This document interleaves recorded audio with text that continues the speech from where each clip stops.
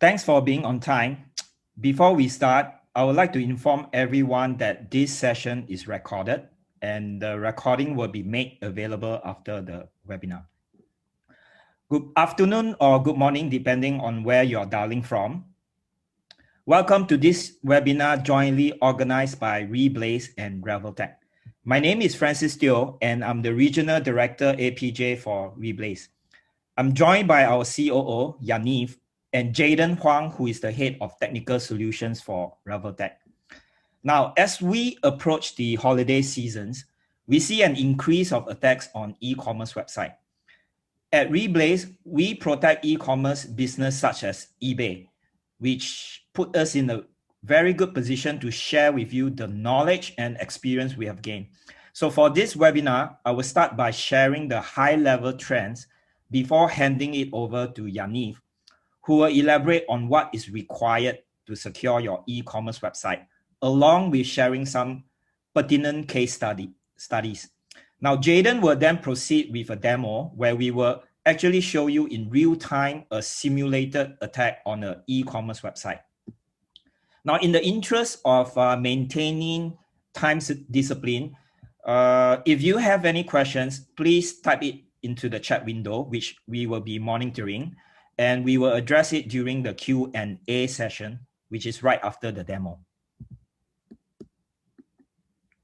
Now, let's start by doing a very quick overview of e-commerce. I'm sure most of you here are the industry experts, so I don't have to delve into that. But what we can see with regards to e-commerce is the trend is actually unstoppable. And it has been accelerated by the pandemic as many brick and mortar businesses retool themselves. Now, e-commerce share of the total retail sales in 2023 is actually projected to be 22%. Now, and a very interesting fact, which I've actually did some research, is that if we were to take the e-commerce numbers and just put it side by side and compare it to GDP of countries, the 3.53 trillion e-commerce sales worldwide will actually put it at number 5, behind countries like US, China, Japan, and Germany, but in front of India. Alibaba just had a record for their Singles Day sale. So with gross merchandise value hitting 74.1 billion. Now, if we were to take that gross merchandise value of 74.1 billion just for the Singles Day sale and put it against GDP of countries, that put Alibaba Singles Day sale at position 67, ahead of countries like Luxembourg and Venezuela. So obviously going to e-commerce has a lot of advantages, right? And these are advantages which all the e-commerce company would have thought of. Moving to e-commerce provides seller with global reach. It removes the barrier of geography. Obviously, it lowers the transaction costs, provide very quick delivery of goods with very little effort on the part of the customer. Obviously, availability of 24/7 availability through either the website or the app at all times with no working hours, so to speak, is very attractive. And of course, customer can contact the business directly, either through the quick communication or even, like for example, for Alibaba, they have a pretty sophisticated chatbot that's powered by AI, which could mimic a real person on the end of the other line. Now, there are disadvantages, no doubt. The startup cost is high because you need to provision hardware, software, training costs. There's constant maintenance. There's also a risk of failure due to cybersecurity attacks, or basically not having in place certain protective measures. To the customer, they feel that is somewhat impersonal because it lacks the warmth of a interpersonal relationship, which can be a problem, especially for transaction of a higher value, say for example, financial transaction. There are times where there might be fulfillment problem related to shipping, delivery, or mix up. Obviously, security, as I just mentioned, e-commerce websites are targeted for security breaches, things like data theft, credit card theft, and identity theft. Now, here's a list of major threats to the e-commerce industry in no particular order. So for those that are based in Singapore, you probably have seen the news that was released on Monday, which described Grab as being targeted by phishing campaigns. And at least 5 police reports has been made recently on unauthorized transaction. So bots are definitely a major issue, and it's something which many customers are putting a lot of focus and attention to managing. Now, there has been an increasing number of data breaches, and this trend is not abating anytime soon. We have all heard about data breaches that affected household global brands like Yahoo or Equifax, but there's many others which didn't get as much attention, though the impact on those targeted companies and their customers are as real and serious as any. So here are just some examples of data breaches that happened in the past 1 year, which we may not have heard of. For example, Poshmark, which is an online clothing marketplace, announced in 2019 that they were hacked and that data from some of their users was acquired by an unauthorized third party. You have DoorDash, same. In 2019, they had a massive data breach, and DoorDash is a American on-demand prepared food delivery service. Okay, so some of the users actually had the 4-digit of their payment card access, and for about 100,000 users, their driver license number were accessed. House, which is a home design website, had to inform their customers that hackers had accessed the username and encrypted password, as well as publicly visible profile information. So an estimation of about 49 million accounts were affected. Out of all the verticals, online retail tend to face the broadest range of bot-based threats. So e-commerce sites and applications present a rich array of illicit opportunities for threat actors. So on the left-hand side, you can see the percentage different types of attack make up for the retail industry. So we see probably about 21% of attack belonging to the DDoS category, 19% related to card fraud, 15% related to inventory hoarding, so on and so forth. Now, as physical store closed during this pandemic period, there was actually a swift adoption to online options. So contactless payment and deliveries, which in turn has driven an increase in cybersecurity risk. So with the pandemic, there's actually a sudden increase in load for many e-commerce companies, and many are not able to react in time to scale their business up. Okay, because you have to provision additional resources, compute resources or servers. And at the same time, when the load increase, you actually need to put additional headcount to handle the transaction. So many companies, and this takes time. So many companies are not able to react in time to scale their business up. And hence, what we see is that weak spots will appear and they become vulnerable to attacks. Now, closer to home, for those based in Singapore, we had 2 high-profile data breach 2 weeks ago, right? One is an e-grocer where 1.1 million personal data was breached, and the other is an online F&B restaurant reservation platform, and for that, about 2.8 million personal data was breached. On this slide, you can see some examples of e-commerce cyber attack that happened during COVID-19. So you have companies like Quid, that lost 4 million login records, Home Chef, and Class.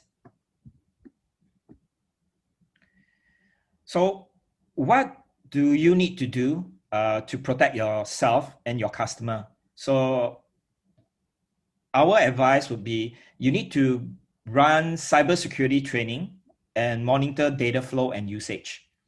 Retailers need to actually embrace the mobile wallet payment trend because this payment method is notably more secure than traditional methods of using credit card payments.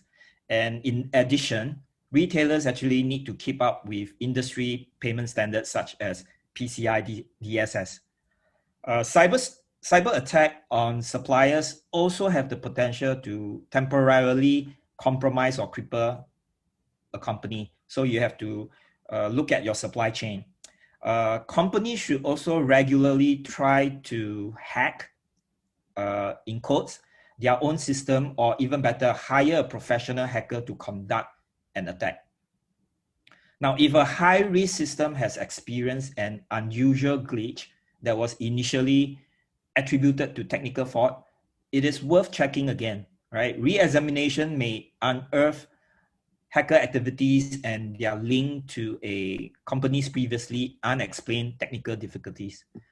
Finally, regular cybersecurity exercises can help identify a company's vulnerabilities to cyber attacks and confirm that processes are in place to respond at short notice. Okay, now at this point in time, I would like to hand it over to Yaniv, who's the COO of Reblaze, to walk you through certain functionalities that you need to look for in a web security solution, and also to share with you a certain case study. Over to you, Yaniv. Thank you, Francis. So hi, my name is Yaniv. I'm Chief Operation Officer for Reblaze.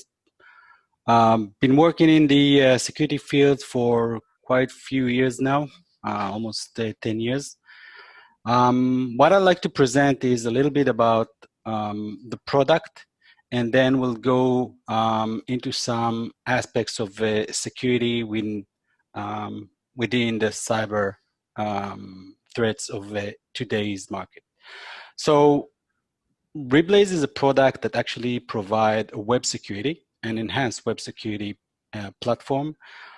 It covers many aspects of security. Just like Francis mentioned, there are many types of attacks that are aiming toward a website, and there are many types of layers of security that you should have for your website. It could be, by the way, a web application such as a mobile application or an API. We've seen in recent year a growth of API websites. More and more application tends to use API, and that gives another aspects of security because API is potentially vulnerable to bots attack because it allows to communicate with bots. Reblaze gives you the opportunity to actually provide layers of security against bots, against DDoS attack, security against known attacks such as XSS, cross-site scripting, SQL injection, and all those OWASP top 10, as well as advanced rate limiting that you can apply and behavioral analysis for your application. It gives you the ability to see in a more clear way what's going on your traffic, how many requests were being made, how many requests were being engaged with bot mitigation. In terms of your application, you'll be able to see the sources, the IPs, the targets, the URLs themselves, any signature if the system had detected for that period of time. Of course, referrers, browsers. It can also give you a glimpse about what's the latency that is currently being added or being served by the origin. So we have the total latency, we have the latency by the WAF, and we also have latency by the origin. In terms of layers of security, as I mentioned, we have a DDoS protection layer that actually can be divided into few aspects of security. So DDoS is a big name. There's many kinds of DDoS. And each type, I would say, of DDoS needs a different care. There are DDoS that are volumetric. These are can be handled using rate limits, counting, request counting, sorry, and of course, the bot management, because most of the DDoS attacks are being launched by bots. There's DDoS that actually are not volumetric. We've seen cases actually of customers of ours that they were being DDoS with a very low rate of request. The attackers managed to find a vulnerability within the application that actually causes the database to be overloaded. This entirely really slowed down their service, and it was very hard to track because the requests were coming once every minute. So you have one request from a total different IP each time, hitting a single URL, and it was a legitimate request. So some attacks, although they are not volumetric, they can cause real harm. There are also a DDoS attack that actually aims toward a financial types of DDoS. Those type of DDoS actually are harder to track and usually harder to stop, because in most cases they would aim a certain object either on the CDN or a certain object that actually causes a lot of bandwidth. So Reblaze provide those layers. I would say the most significant one is the bot management at Reblaze. So bot management is basically a tool at Reblaze that can help protect against bots. It uses in 3 different layers. The first layer would be a management that is actually served back to the browser, verifying that the browser has capabilities of running a JavaScript. Once the JavaScript is run and it's verified, then the request returned back to Reblaze with a valid cookie that Reblaze verified. The other layer that we have is a more passive way, where this bot management is placed as a JavaScript call within the page. So it does need a little bit of development, although it's a single line. And this gives us also the advantage of running that without even reaching Reblaze. So for example, what I mean is that if your landing pages are served from a CDN, because they are totally static pages, the JavaScript call within those pages can still run. It means that before the request even reaches Reblaze, it already checked whether or not the user is actually human or bot. The third layer of Reblaze bot management is the SDK.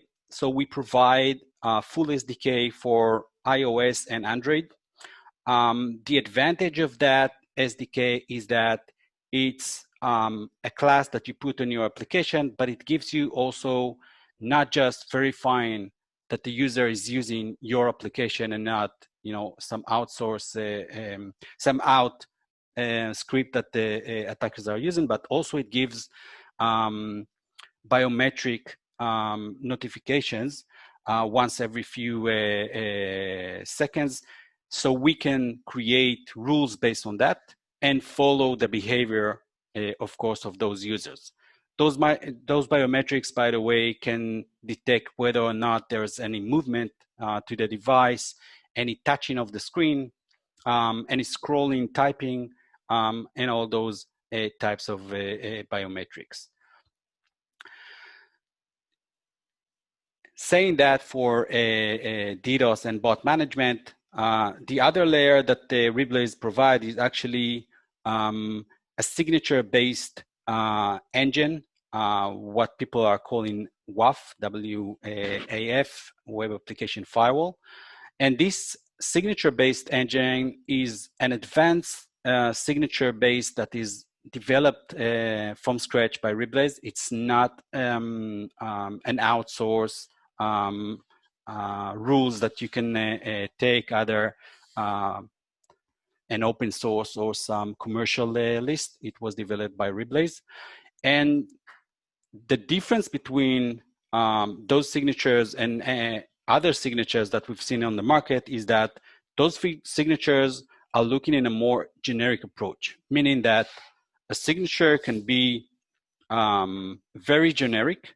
So it covers a lot of vulnerabilities in terms of different types of syntax within the code that is being exploited.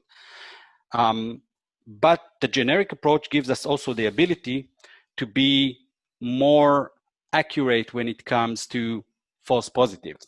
So a system can be very tuned in terms of false positive. Out of the box, I can tell you that the system does come with predefined rule, best practice rules that can cover from between 80 to 95% of the websites. So you can start fully covered. But also the system also provide the ability to run in a report mode. So those signature can be in report mode and gives you the ability to verify whether or not you have some false positives or not before moving into active mode. The other layer that I mentioned is the rate limiting. So with respect to rate limiting, Reblaze gives you the ability to create rate limiting in terms of basic rate limiting, but also an advanced rate limiting. So a basic rate limiting, for instance, would be amount of requests being conducted by the same address to the same URI without the query string and the same host. This is just a key composition example. Any request more than 20 within 10 seconds would trigger this rule. So this is a pretty basic one.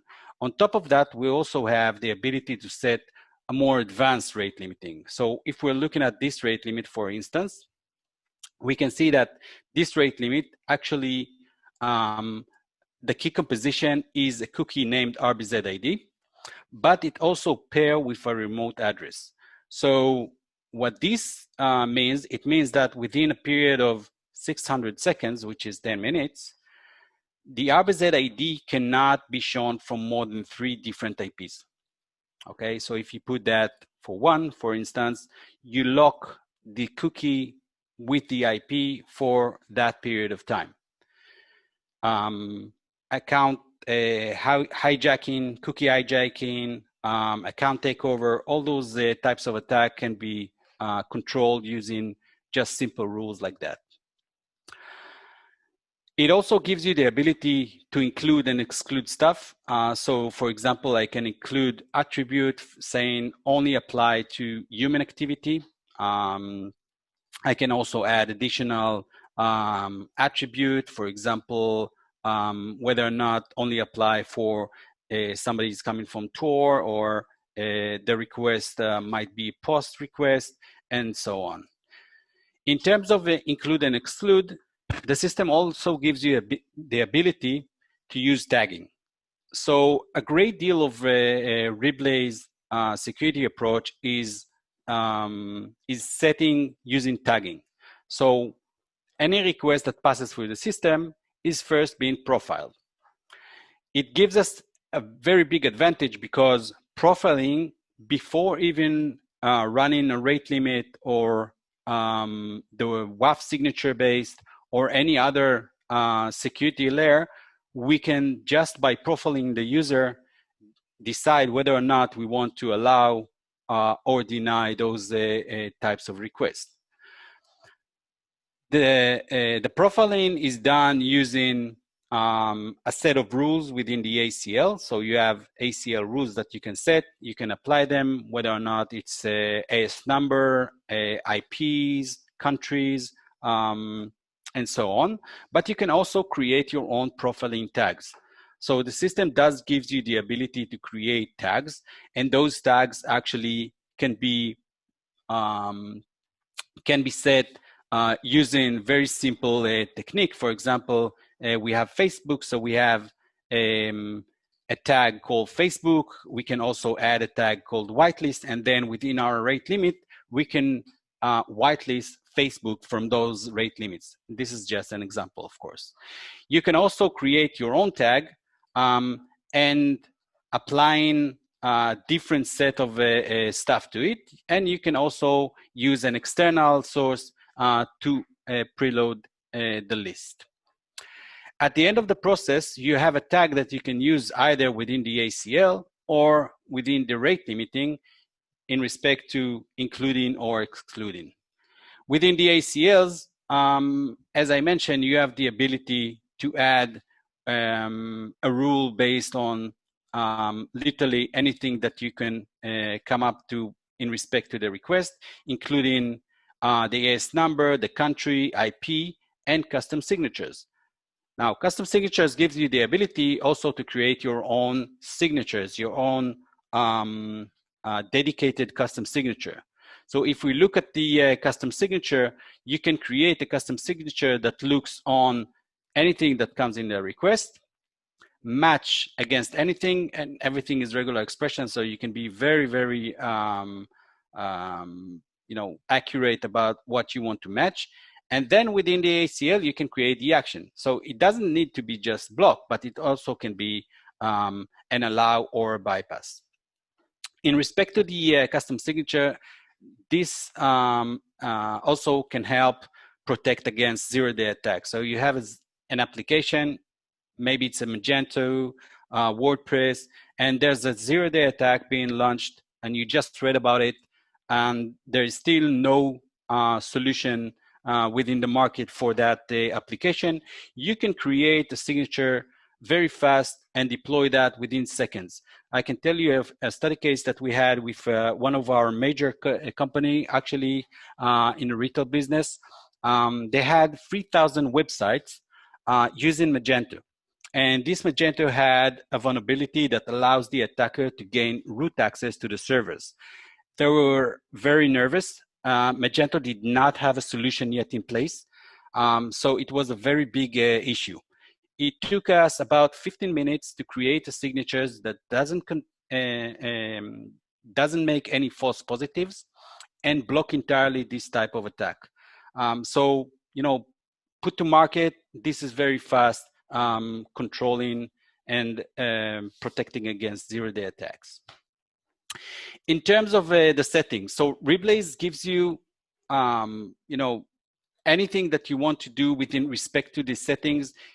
Reblaze gives you the ability to do that. You can control using very simple matching regular expression, what rules you want to apply, what WAF policy, what ACL policy. You can tweak the numbers. You can set rate limiting, different rate limiting for different places within the application. And also you have the ability to create your own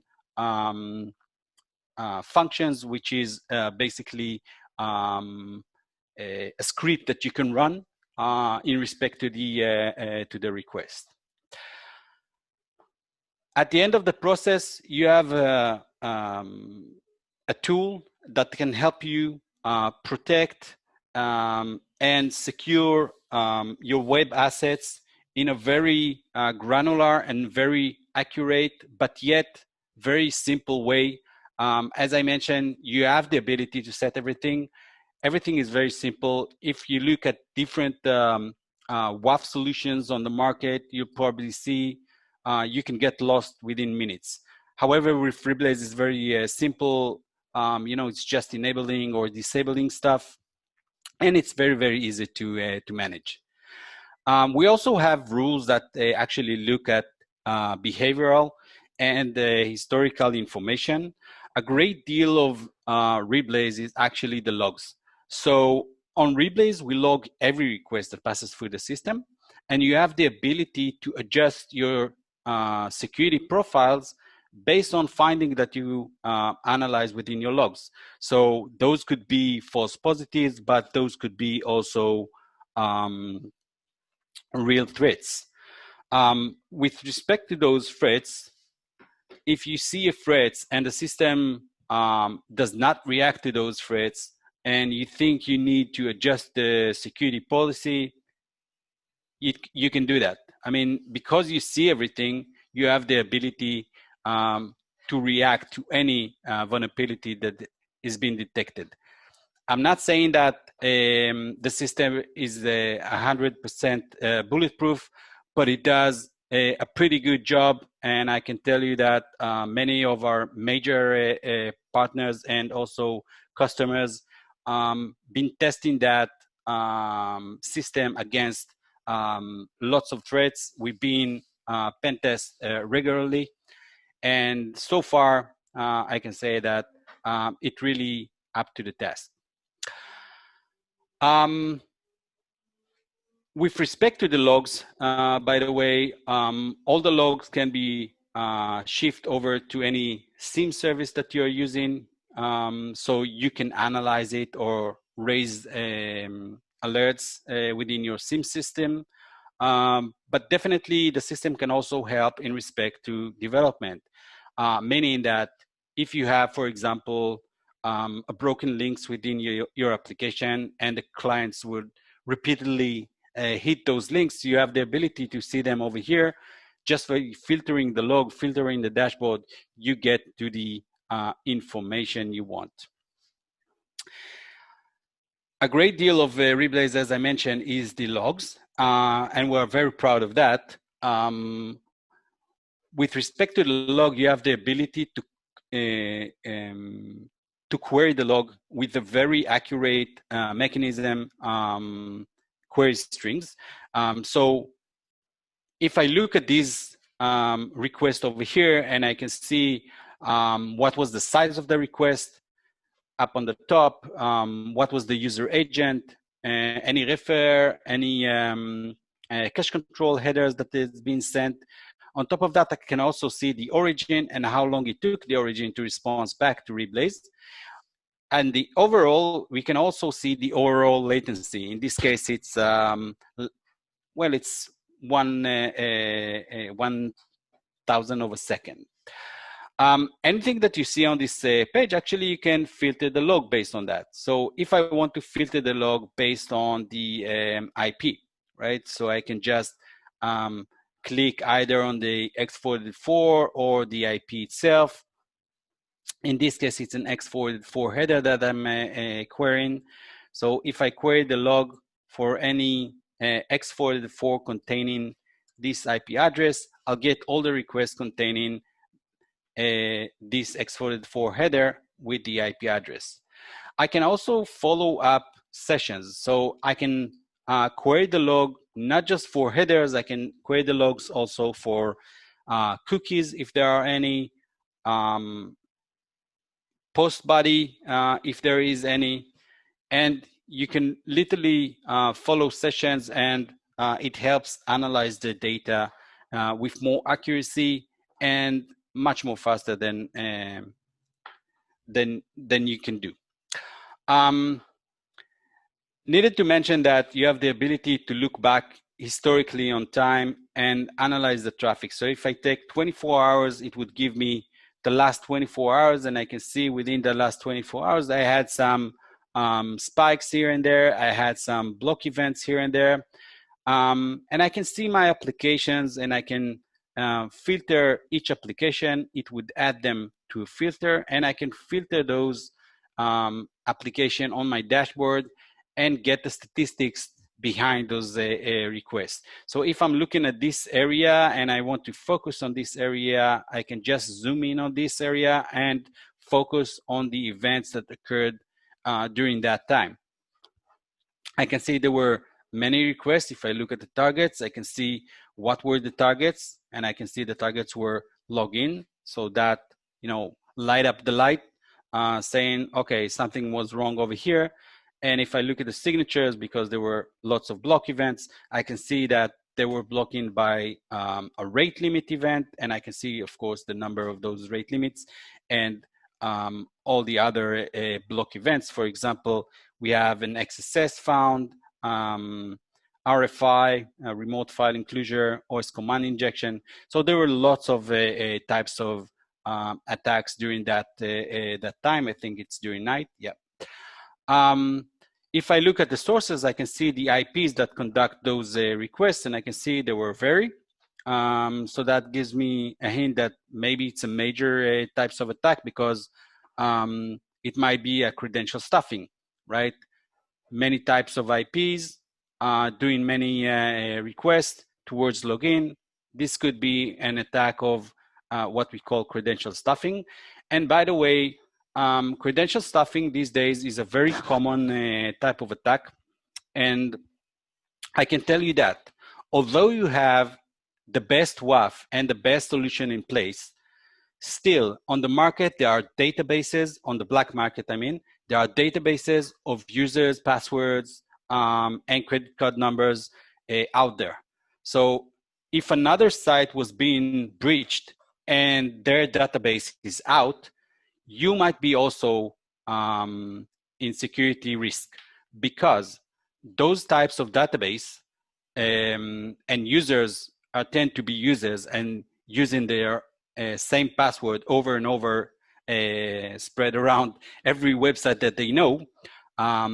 So if those attackers gain a database and they're trying the same password over your site, most commonly, if a user has been using their own the same user and the same password, they will gain access. So credential stuffing is a very, very common attack because of those databases out there, and protecting against them sometimes can be hard, because we've seen those type of attack being launched from thousands, tens of thousands of different IPs, and it's very, very hard to track. Sometimes those IPs are conducting maybe one or two requests and then vanished. So it's very hard to detect. However, we do have tools, as I mentioned. We have the rate limiting, so you can create a very sophisticated net of rate limiting that would block those types of attack. Also, in respect to that credential stuffing, there's also the account takeover that follows. So you have the credential stuffing. If they found out a user can access your website, then the following step would be the account takeover to log in, not as the user, and of course to take or to steal whatever they can from that account. Account takeover, by the way, as I mentioned, you can lock a certain account to certain key and pair it, for example, with the country, pair it with an IP for a certain period of time. User logged in. If it's an active user, of course. If it's a non-active user, it's much more complicated to control, but an active user would probably can be protected using those methods. Okay, so the last thing that I want to share with you is the ability to raise alerts and controlling alerts. Needed to mention that you have the ability, of course, to customize your error page. You can upload your own SSL. Reblaze does provide SSL, can provide SSL for you. We can also provide DNS services. In respect to the alerts, you have the ability to create your own alerts. You can use emails or webhooks such as Slack, PagerDuty, and so on. And you can also create executive reports that would be sent to whatever target you want it to send to. So with that respect, I would leave also time for questioning at the end of the webinar, and I think I can pass it back to you. Okay, thanks Yaniv. Thanks for sharing your experience. So right now, let's move on to the demo, and I will pass it on to Jaden. So Jaden, please take over. Hi, sorry. Thank you, Francis, and thank you, Yanni, for the very comprehensive introduction of Reblaze capabilities and also the functionalities. So we will proceed with the live demo and attacks. So here we have a demo site, the e-commerce demo site that we have created. So as you can see, it's just a very common e-commerce site that is out there in the market. So the first attack that we're going to perform is cross-site scripting. So cross-site scripting is a web security vulnerability that allows an attacker to compromise the interactions that users have with vulnerable application. So normally allow an attacker to masquerade as a victim user to carry out any actions that the user is able to perform and to access any of the user's data. And if the victim user has privileged access with the application, then the attacker might be able to gain full control over of the application functionality and data. So what is the impact for cross-site scripting? So the impact is that it generally depends on the nature of the application, right? Its functionality and data, and also the status of the compromised user. Right? For example, right, if the application holds sensitive data such as banking transactions, emails, or healthcare records, or even e-commerce site as home addresses, username and password, and even credit card number is being stored. And one of the event that has happened, I think recently, is one of the e-commerce site is being the data or user name and as well as the password has been leaked, right? And the database has been leaked. So basically, the SQL injection, it could possibly happen, right, due to the vulnerable site.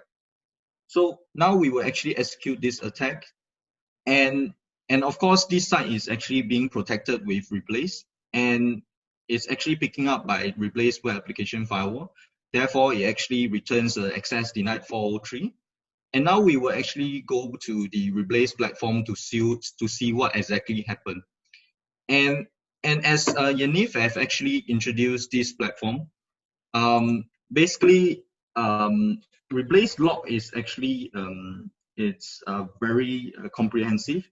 It's not only that we, like traditional WAF, right? You can only see the events that it has been blocked. But for Reblaze, we can actually log down every single traffic, whether is it the pass-through 200 or even for 403. So this way, you can actually verify your application status, performance, and security via the logs and the status code return. So here we will actually investigate further on the event that is being triggered. So we can see that on the yellow color is actually the signature, the reason that is being blocked. As we can see, it's a cross-site scripting attempt, and also the user agent, and also the target URL, and also the headers. And right at the bottom, we also can see what exactly the attacker is trying to do. Yeah, basically the arguments. So yep, and next we will actually perform SQL injection. Basically, SQL injection, it's a web security vulnerability that allows an attacker to interfere with queries that an application makes to its database. So this may include data belonging to other users or any other data that the application itself is able to access, right? In many cases, the attacker can modify or delete this data. And the impact for this is that a successful SQL injection attack, right, can result in unauthorized access to sensitive data such as passwords, credit cards details, or personal user experience. Personal user information. And many high-profile data breaches in recent years have been the result of SQL injection attacks, right, which leading to reputational damage and regulatory fines. So here we have successfully executed an SQL injection, and let's see what Reblaze pick up.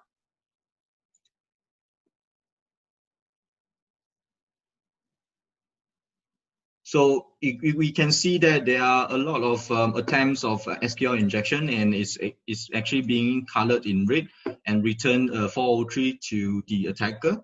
And we shall actually drill into the details and see. And right at the top, we can see the yellow label again. It's actually an SQL injection attempt. And when we scroll down to see the exact details of the attack, whereby we can see that there is the actual injection is being submitted to the web application, and it has been blocked by Reblaze. And last, we will actually begin with credential stuffing. So I think Yaniv have mentioned earlier about credential stuffing. So credential stuffing is a type of cyber attacks where stolen accounts credential typically consists of lists of username or email address and the corresponding passwords, right? Often actually gained from data breaches, whereby you can actually buy it from dark market or you somehow access it from somewhere. So these accounts are being used to gain unauthorized access to user accounts, large-scale automated login requests. So unlike credential cracking or brute force attack, right? Credential stuffing attacks do not attempt to brute force or guess any of the passwords, which actually the attacker will simply automates the login for a large amount of previously discovered credential using the standard web automation. So here we have triggered the amount of credential stuffing attack, and we will see the event itself again. And here we can see that there are a lot of events that are being triggered from different regions and the source of the IP and also where it's being originated from. And again, if we drill into the logs, we can see that this actually being blocked by our rate limiting rules, right? And actually, because it's not utilizing brute force attack, so we actually can create a rate limiting rule to block this credential stuffing.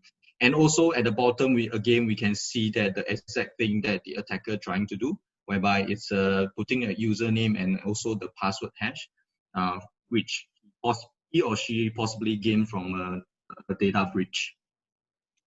So this will actually get you wondering, what if this website is not being protected by Reblaze or any of the web application firewall? What would happen? So here we have another site that is not being protected by Reblaze, and we are going to perform the same attacks again. So the first thing that we are going to do is cross-site scripting again.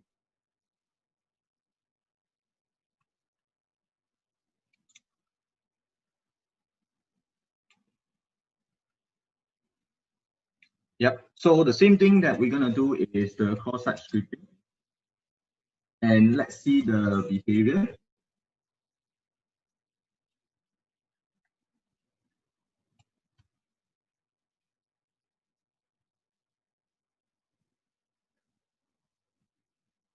Okay, so now we will actually trigger the attack again. Yes, and this attack has been successful. And we can see that, and so this cross-site scripting will be, it's actually successful, whereby any page that we access and also or refresh the page, there will be a dialog that is being popping up, right? So this means that there's no blocking of any of this kind of cross-site scripting attack. So we will clear this attack and perform the next attack, which is the SQL injection. So here we're going to send a SQL map and trying to get the user's username and passwords from its database. And here we can see that we are able to actually retrieve the username as well as the password from the database. And we're going to verify the username and password that we actually gained from the SQL injection, and we are able to actually get the password.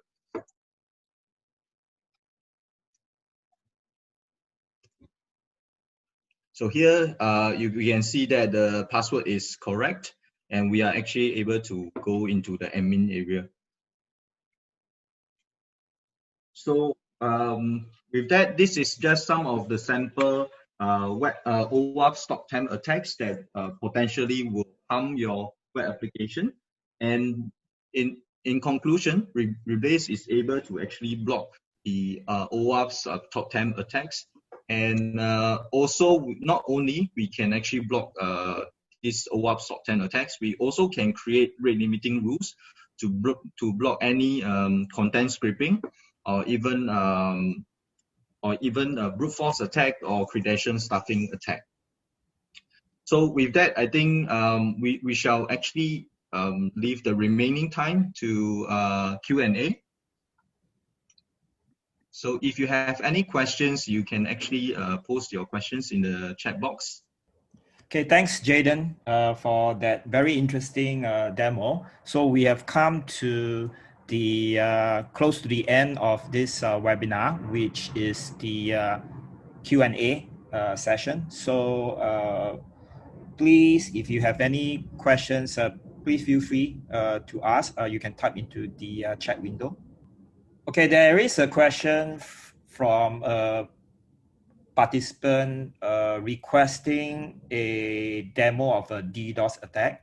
So I'm not too sure if we are able to show that here, but what we can do is we can do a follow-up with the person that asked this question. We can probably reach out and arrange for a separate demo.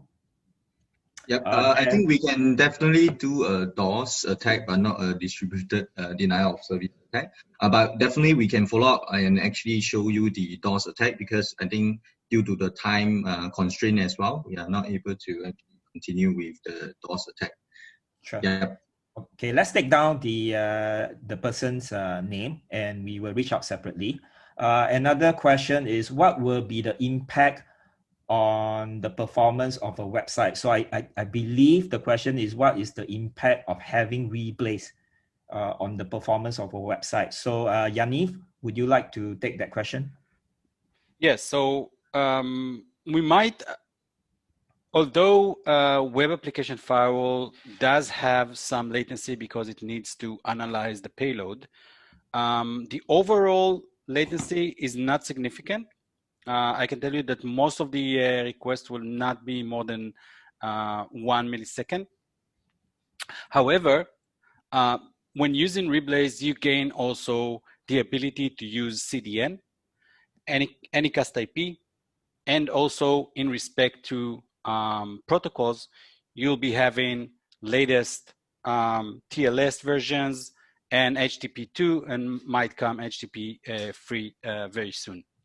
So the overall would be actually to decrease the latency of the website and to improve the performance. Thanks, Yaniv.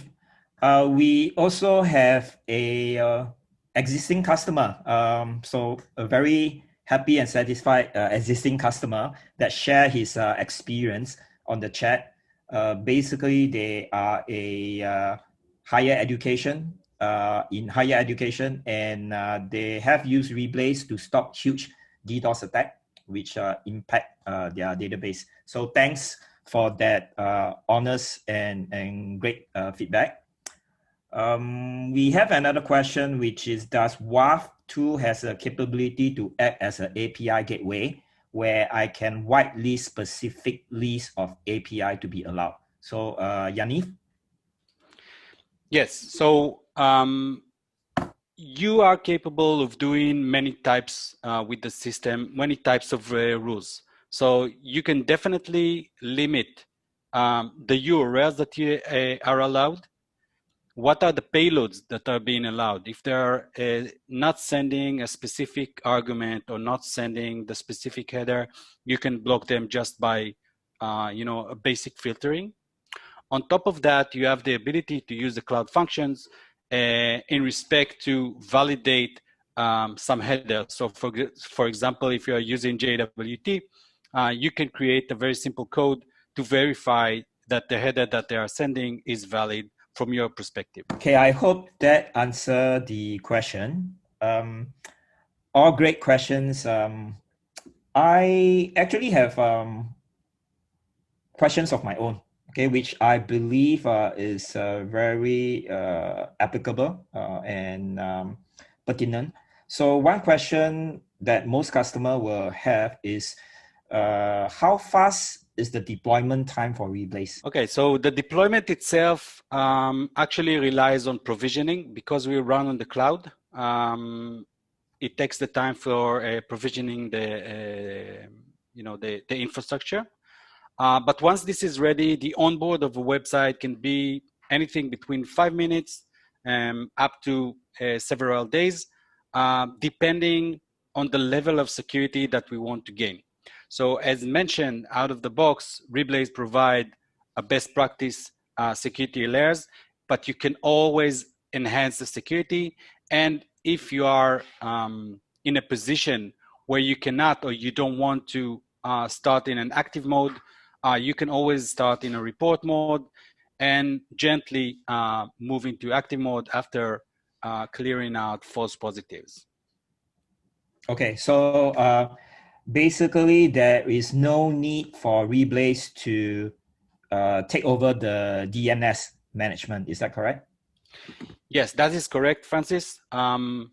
Routing, when running as a SaaS model, Reblaze does not need to have the zone hosted at Reblaze. All you need to do is route, make some DNS routing changes, either to a CNAME or an A record, depending on the domain itself. And that's it. Once the traffic routes for Reblaze, we'll be able to analyze it and forward it over to the origin. Great, thanks Yaniv for that excellent response. Any final questions from anyone? If not, I have one final question, because most e-commerce business operate with in multiple ways, not just using website, but as well there's actually a move towards having mobile app. So does Reblaze offer protection for mobile app? And is that protection optional? Do I have to pay for it? Yaniv? Yes, so mobile application, the way we see it is basically HTTP request or HTTP protocol request, either HTTP or HTTPS. So there's no additional cost for mobile application. However, mobile application does require different tend and different care when it comes to setting bot management, because it requires some SDK to be in place, and also other rate limiting that might need to be tweaked. But the overall, there's no additional cost, and we look at it just like any web asset that you have. There was a request, by the way, Francis, regarding the deployment of Reblaze. Is it on premise? Is it on cloud? What are they offered?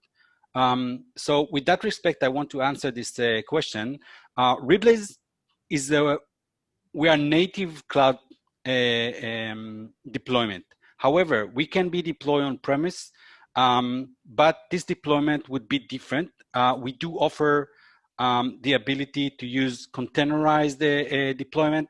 If you're using a mesh service environment, you can integrate Reblaze using mesh. But on the cloud, we have two ways of deploying. It could be either a SaaS solution, but it could be also a bring your own license. We are running on a major cloud provider, AWS, Google, and Azure, as well as many other clouds. And you can take it actually from the marketplace. So we can either provide you with an image and guide you for the requirements, and you can actually deploy Reblaze within your own VPC.